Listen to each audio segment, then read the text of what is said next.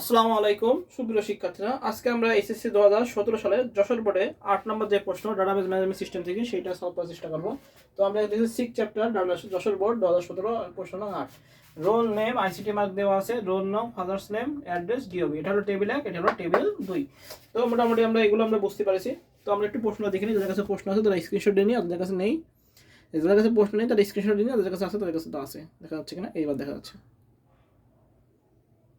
SSC 2017 সালের 8 নং প্রশ্ন যেটা আসছে। আচ্ছা, এবার আমরা সলভে চলে যাবো। কি ছিল? ক নম্বর প্রশ্ন ছিল ডাটাবেস কি। ক নাম্বার আমরা লিখব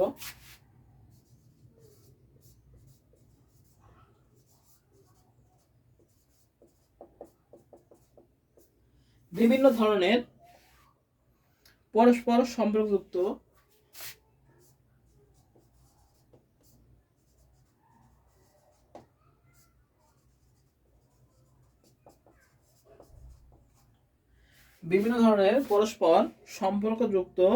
ডেটার বিপুল পরিমাণকে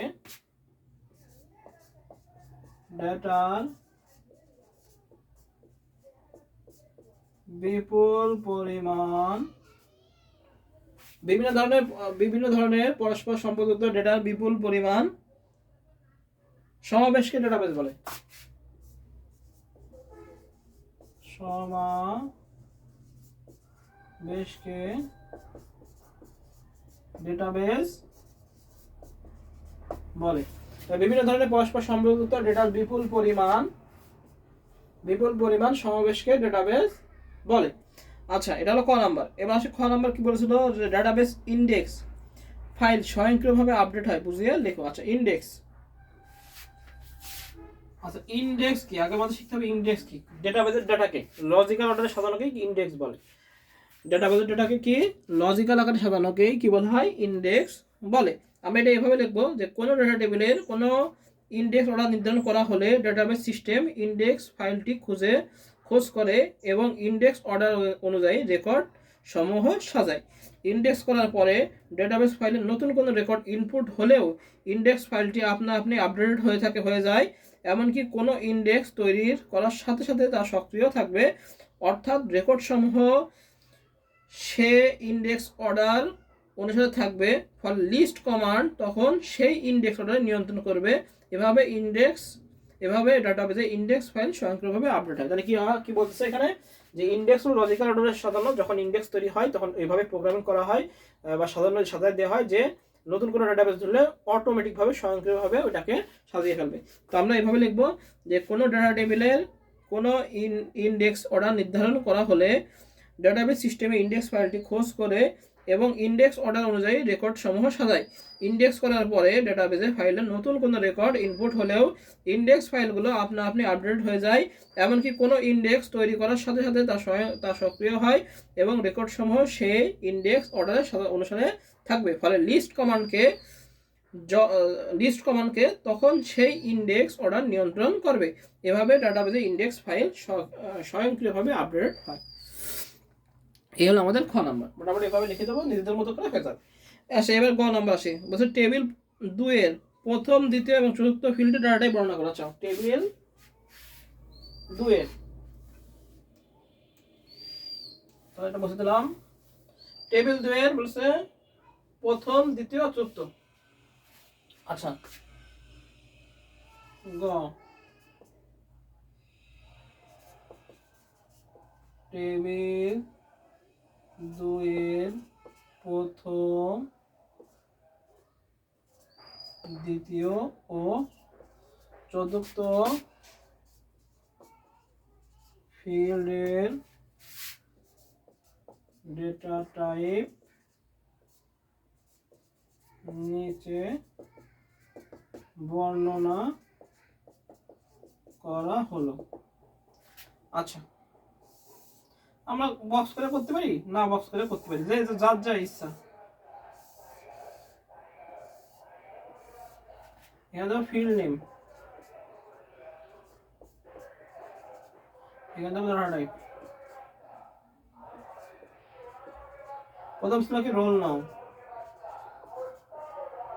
অর্ডার নাম্বার।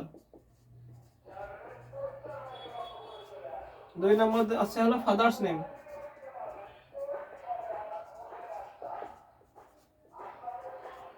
দেব টেক্সট। 3 নাম্বার আছে DOB, date and time.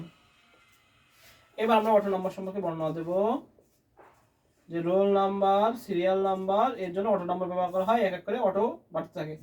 Text সম্পর্কে বর্ণনা দেব, 255টি বর্ণ ধরে বর্ণ, অক্ষর বা সংখ্যা ব্যবহার করা হয়। Date and time, birth date, joining date, serial নামের জন্য আমাদের টাইম অ্যান্ড ডেট ব্যবহার করা হয়। এভাবে সুন্দর করে আমরা লিখে দেবো, পরীক্ষায় আমরা 3 এর ভিতরে 3 পেয়ে দেবো। এগুলো থিওরি লেখা, এর কোনো বর্ণনা নেই, নিজেদের মধ্যে লিখে নেবো। আমি জাস্ট ডেটা টাইপগুলো দেখা দিলাম। টেবিল 2 এর প্রথম, দ্বিতীয় এবং চতুর্থ ফিল্ড, প্রথম ছিল রোল নাম্বার, এটা auto number, father's name, text, DOB হলো ডেট অ্যান্ড টাইম। এবার আমরা বর্ণনা দেবো নিচে, এভাবে সুন্দর করে লিখে নেবো উপরে, এবার নিচে সুন্দর করে বর্ণনা, তাহলে আমরা নাম্বারটা বেশি পাবো, বুঝতে পারছেন? সুন্দর করে।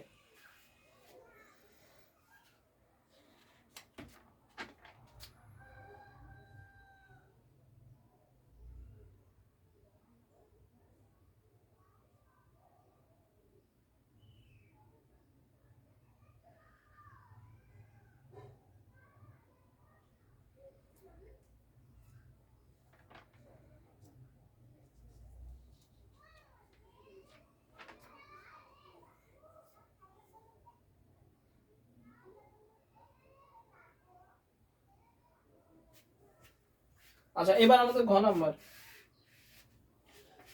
নাম্বার বলেছে, এই একটা রিলেশন, আমাদের এই একটা প্রশ্ন দেখলাম, রিলেশন দেইনি এতক্ষণ পর দেখলাম, কেন রিলেশন নয়?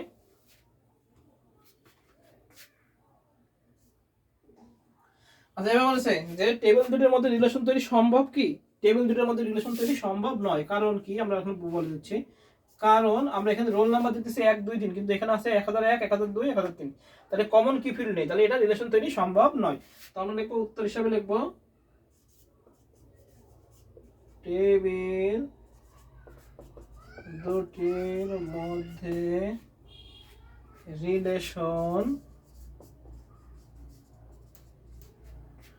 রিলেশন তৈরি সম্ভব নয়, কারণ সম্ভব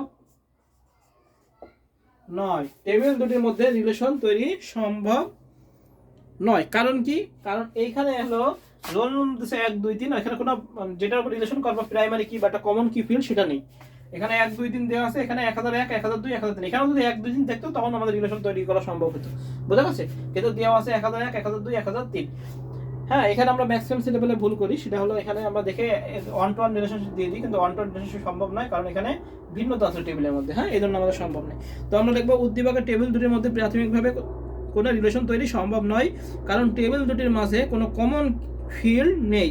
সাধারণত দুটি টেবিলের মধ্যে সম্পর্ক স্থাপনের ক্ষেত্রে কিছু শর্ত মেনে চলতে হয়, যেমন আমাদের টেবিল দুটির মধ্যে একটি কমন কি ফিল্ড থাকবে, কমন ফিল্ডটি প্রাইমারি কি হিসেবে চিহ্নিত করতে হবে, সকল ডেটা টেবিলের কমন ফিল্ডের নাম ও ডেটা টাইপ ফিল্ড সাইজ হুবহু হতে হবে, এবং কি বলেছে, উভয় টেবিল একই সাথে খোলা হবে। হ্যাঁ, উভয় টেবিল একই সাথে